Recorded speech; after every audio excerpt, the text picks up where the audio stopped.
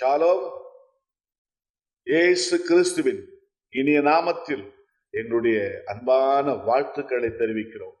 பிரியமானவர்களே, அருமையான ஒரு தலைப்பை கர்த்தர் தந்திருக்கிறார். கருணை உள்ளம் படைத்த கர்த்தர், கருணை உள்ளம் படைத்த கர்த்தர். ஆகவே இந்த அருமையான வேளையில அது என்ன கருணை தெரியுமா? பிலிப்பியர் 6ஆம் அதிகாரம் 4ஆம் அதிகாரம் 6ஆம் வசனம் வாசிக்கும் பொழுது எனக்கு அன்பானவர்களே, அவர்களை விசாரிக்கிறபடியால் உங்களுடைய கவலைகளை அவர் மேல் வைத்து விடுங்கள் என்று வேதத்துல வாசிக்கிறோம்.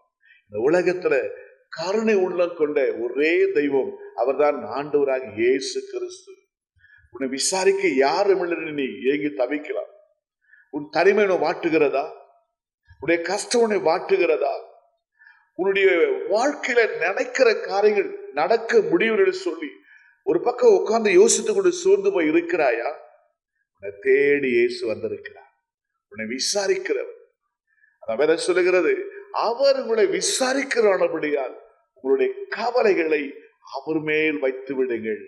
எப்பேற்பட்ட கவலையா இருந்தாலும் சரி, அன்பானவர்களே, உங்களுடைய கவலைகளை உங்களை விசாரிக்கிற ஒரு தெய்வம் உண்டு. அவர்தான் ஆண்டவராகிய இயேசு கிறிஸ்து. அதே 4ஆம் அதிகாரம் பிலிப்பியர் 4ஆம் அதிகாரம் 7ஆம் வசனம் வாசிக்கும் போது, அப்போது எல்லா புத்திக்கும் மேலான தேவ சமாதானம் உங்கள் இருதயங்களையும் சிந்தைகளையும் ஆண்டு கொள்ளும். துக்கம் மாறும்பொழுது, கவலை மாறும்போது, நம்முடைய ஹார்ட் மைண்ட் கிளியர் ஆகும் போது ஒரு தெளிவான சிந்தனை வருகிறது. அப்போ தெளிவான சிந்தனை என்று சொன்னால் தேவ பிரசன்னம் உன் இருதயங்களில் இறங்கி வரும்போது, உன் சிந்தைகளை இறங்கி வரும்போது உன் இருதயத்துல சமாதானத்தை கர்த்தர் உண்டு பண்ணுகிறார்.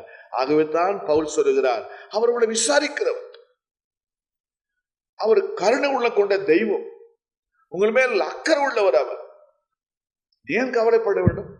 பிரியமானவர்களே, என் அப்பா விசாரிக்கல, என் அம்மா விசாரிக்கல, என் புருஷன் விசாரிக்கல, என் மனைவி விசாரிக்கல, எங்க ஆபீஸ்ல என்னுடைய மேனேஜர் விசாரிக்கல, அப்படிலாம் பலவிதமான கவலைகள் உன்னை அழித்து கொண்டு இருக்கிறார்.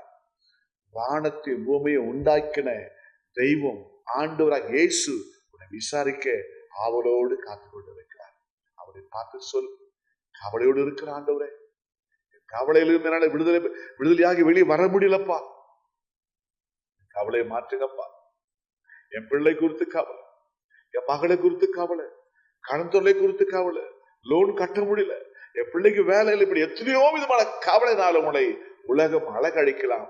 எல்லாவற்றையும் ஸ்தோத்திரத்தோடு கூடிய விண்ணப்பத்தினாலும் ஜெபத்தினாலும் தேவனை நோக்கி பார்க்கும் போது கவலைகளை ஏற்றுக்கொண்டு தேவ சமாதானத்தை உங்களுடைய இருதயத்திலும் சிந்தையிலும் அனுப்பி உங்களை சமாதானமாய் கர்த்தர் நடத்துவார். எவ்வளவு அருமையான வேத வசனம் எனக்கு அன்பானவர்களே.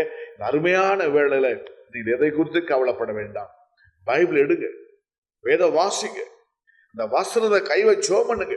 சத்தியங்களை கிழக்கிற கத்திரி படைகளை நீ நினைக்கலாம், விசாரிக்க யாரும் இல்லை சொல்லி உனக்காக, எனக்காக, நமக்காக 2024ஆம் ஆண்டுக்கு முன்பாக கோர சிலுவையை சுமந்து மரித்து அடக்கப்படப்பட்டு 3ஆம் நாள் உயிரோடு இயேசு உன்னை விசாரிக்க ஆவலோடு இருக்கிறார். அவரை பார்த்து கவலைகளை சொல்லு, கவலைகளை மாற்றுங்கப்பா, ஏசப்பா என் மேல மனமிருங்கப்பான்னு சொல்லும் போது ஏசு கவலைகளை மாற்றி உன்னை தைரியசாலியாக, உன்னை ஒரு நம்பிக்கையுள்ள மனுஷராக, எல்லாரும் மத்தியிலும் மேன்மை உள்ள ஒரு சமாதான வாழ்க்கை கொடுத்து உன்னை கர்த்தர் ஆசீர்வதிக்கும் போது எல்லாரும் ஆச்சரியப்படுவார்கள். இவ்வளவு கவலையா இருந்தாப்பா, இவ்வளவு துக்கமா இருந்தா, இவ்வளவு மகிழ்ச்சியா இருக்கிறானே. உலகம் மாற்ற முடியாது, பணம் மாற்ற முடியாது, மனுஷன் மாற்ற முடியாது, கவலைகளை ஆண்டவர் மாற்ற முடியும். கண்ணில் ஜெபிப்போமா? பரலோகத்தில் வாசமா இருக்கிற எங்கள் பரிசுத்தமும் இரக்கமும் அன்பு நிறைந்த பரலோக தெய்வமே, கவலையோடு நிகழ்ச்சியை பார்க்கிற ஒவ்வொரு மக்களுடைய கவலைக்கு நீங்க தான் பதில் கொடுக்கணும்ப்பா. பிள்ளைகளை பார்த்து கேட்கும் போது, ஜனங்கள் இயேசுவேனை பாரும் என்று கேட்கும் போது கண்ணோக்கி பார்த்து மனமிறங்கி மக்களுடைய கவலைகளை பாருங்கப்பா. எப்பேற்பட்ட கவலையா இருந்தாலும் இப்பொழுதே கவலைகளை மாற்றுங்கப்பா.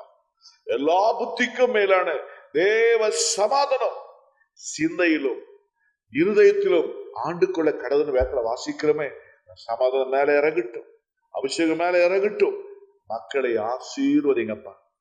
ஏசப்பா, ஜெபங்களை கேட்டு அப்படியே நீங்க செய்யப்படும்படியாக உமக்கு நன்றி சொல்லுகிறேன்.